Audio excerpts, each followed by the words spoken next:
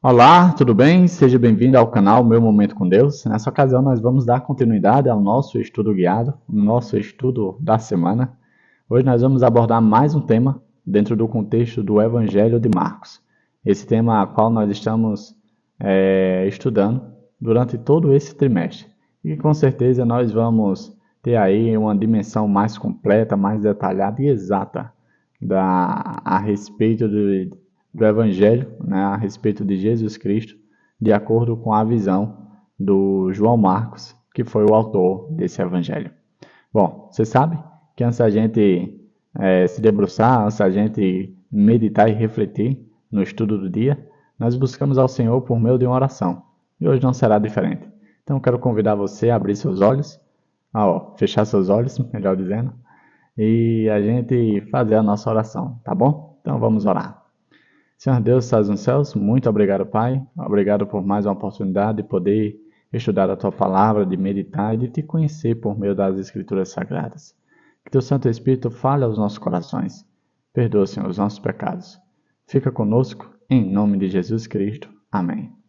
Pois muito bem, o tema de nosso estudo guiado hoje, terça-feira, dia 9 de julho, é mais do ministério sabático. Nós vamos, de certo modo, dar continuidade ao contexto de ontem e ver como foi que prosseguiu e terminou o dia de sábado, naquela ocasião onde Jesus estava ali em Cafarnaum. E o texto apresentado aqui para nós se encontra no capítulo 1 de Marcos. Nós vamos ler do versículo 29 ao 34, que diz assim, ó: E logo, saindo da sinagoga, foram à casa de Simão e de André, com Tiago e João. E a sogra de Simão estava deitada com febre, e logo lhe falaram dela. Então, chegando-se a ela, tomou pela mão e a levantou, e a febre a deixou. E servia-os. E tendo chegado à tarde, quando já estava se pondo o sol, trouxeram-lhe todos os que estavam enfermos e os endemoniados. E toda a cidade se ajuntou à porta, e curou muitos que se achavam enfermos de diversas enfermidades, e expulsou muitos demônios. Porém não deixava falar os demônios, porque o conheciam.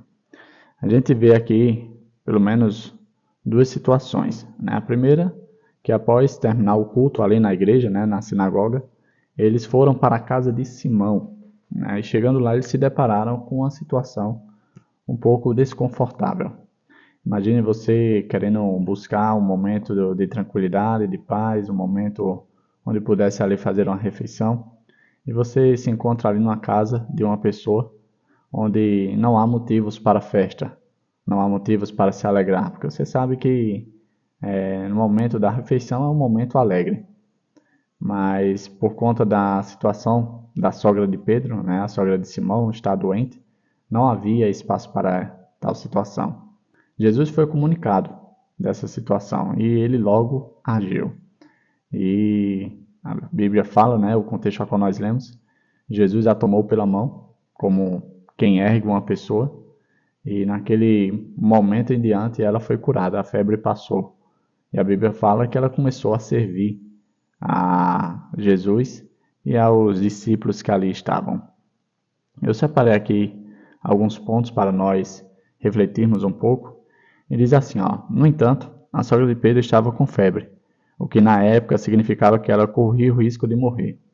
Você sabe que a febre, ela é uma reação que acontece no nosso corpo, identificando que alguma coisa não está certa.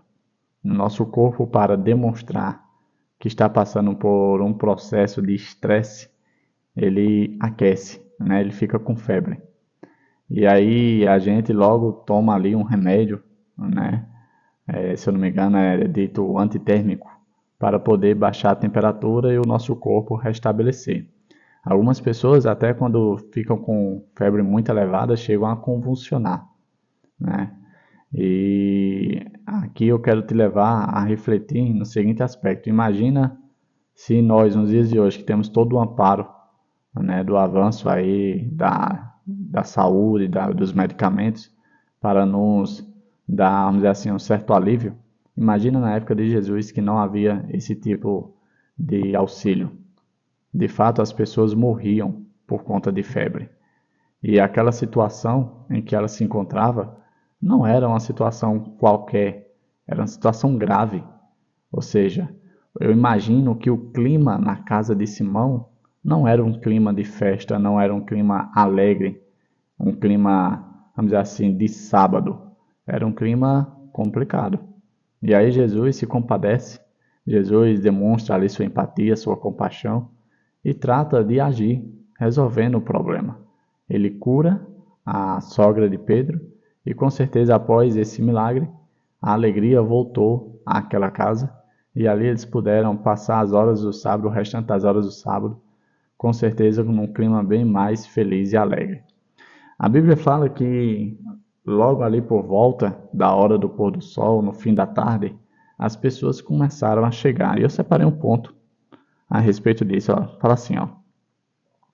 Antes de nós entrarmos nesse assunto, eu quero frisar um ponto aqui que eu esqueci de mencionar e que vale bastante a nossa reflexão, que diz assim, ó, que exemplo poderoso do princípio de que aqueles que foram salvos e curados por Jesus servirão aos outros em resultado disso. Com certeza, todo aquele que foi alcançado pelo Senhor, todo aquele que foi salvo, todo aquele que recebeu uma cura de alguma enfermidade, ele sente prazer em servir, demonstrando sua gratidão por tamanho, vamos dizer assim, benevolência do Senhor para com a sua vida. E isso aconteceu na vida da sogra de Pedro. Logo que foi curada, logo que a febre passou, ela começou a servir. Ela não foi fazer outra coisa, ela demonstrou a gratidão por ter sido alcançada pelo Senhor, por ter sido, vamos dizer assim, curada pelo Senhor. Outro ponto que eu estava falando aqui diz assim, ainda que Jesus não tivesse problemas em curar no sábado, as pessoas demoraram para ir a Jesus em busca de cura por causa das horas do sábado. As pessoas até nos dias de hoje têm a compreensão errada sobre a observância do sábado. O próprio Senhor, tentando esclarecer isso em outros evangelhos, ele diz, olha, o sábado é para ser um dia feliz, é para ser um dia alegre, é para ser um dia em que o sábado sirva para o homem, e não o homem sirva para o sábado. E há uma diferença gritante nessas duas sentenças. Ah, Davi, então eu posso fazer o que eu quiser no dia de sábado? Não. O sábado ele é um dia dedicado ao Senhor. O sábado é um dia dedicado a fazer o bem. E era exatamente isso que Jesus fazia no dia de sábado. Quando ele era acusado de estar quebrando o sábado, era porque ele estava aliviando o fardo das outras pessoas. Era porque ele estava proporcionando felicidade e alegria às outras pessoas no dia de sábado. E isso não é errado. Eu e você devemos sim aliviar o fardo das outras pessoas. Eu e você devemos sim assistir às outras pessoas. Eu e você devemos levar esperança, alegria a todas aquelas que estão tristes ou passando por alguma situação de dificuldade. E isso deve ser feito sim no dia de sábado. Algumas pessoas pensam que por ser adventista, guardador do sábado, né, uma pessoa que obedece ao mandamento, o quarto mandamento e observa o sábado, que fica o dia sem ter o que fazer, ali de perna para cima, dormindo, como se fosse uma pessoa preguiçosa. E pelo contrário, não é essa a visão que os guardadores do sábado têm. O dia de sábado, se você for analisar, pode até ser um dia tão corrido como um dia de semana, porém voltado para outras finalidades. Enquanto na semana nós corremos atrás de coisas que, podemos dizer assim,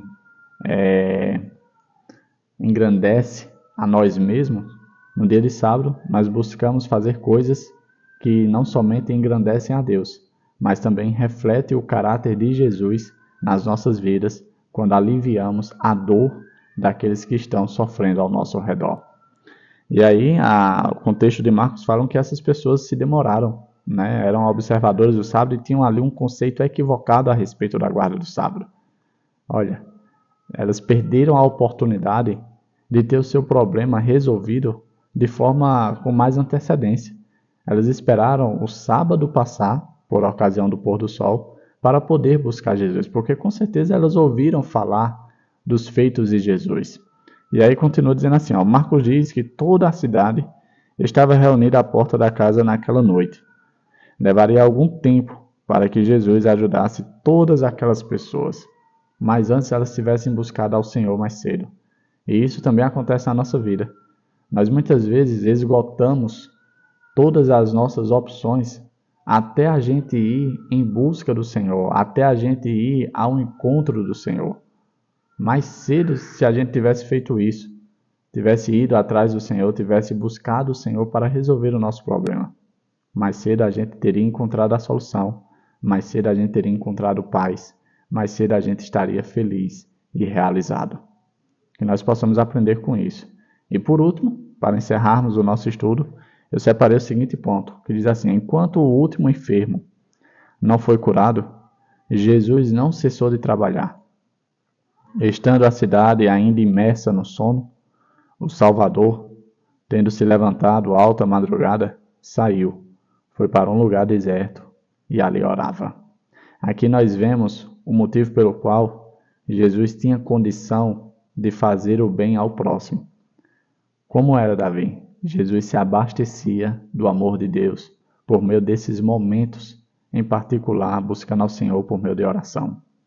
Não tem como eu e você sermos uma bênção para as outras pessoas se estivermos longe de Deus, pois só conseguimos demonstrar aos outros os frutos do Espírito, né? Ali, bondade, mansidão, paciência, se estivermos conectados ao Senhor. É tanto que Jesus faz várias analogias sobre a importância dessa conexão com o céu. Quando ele, por exemplo, menciona ali que nós somos os ramos e o Senhor, e Ele é a videira, e que nós precisamos nos manter conectados nele para que possamos dar bons frutos. Então, para que eu e você possamos viver a realidade plena do cristianismo, é preciso que a gente se abasteça diariamente da presença de Deus. E por isso o estudo guiado é tão importante, porque nós passamos aqui alguns minutos meditando na sua palavra, refletindo na sua palavra, aprendendo com a sua palavra, para poder mais tarde transmitirmos tudo aquilo que absorvemos e adquirimos mediante a presença de Deus para as outras pessoas que estiverem ao nosso redor. Você quer ser uma bênção? Você quer trazer paz, aliviar o fardo das outras pessoas? Você precisa se abastecer do Senhor, buscar o Senhor, assim como Jesus fazia, para poder ser uma bênção a todos aqueles que estavam ao seu redor. É isso? Chegamos a mais um fim do nosso estudo guiado.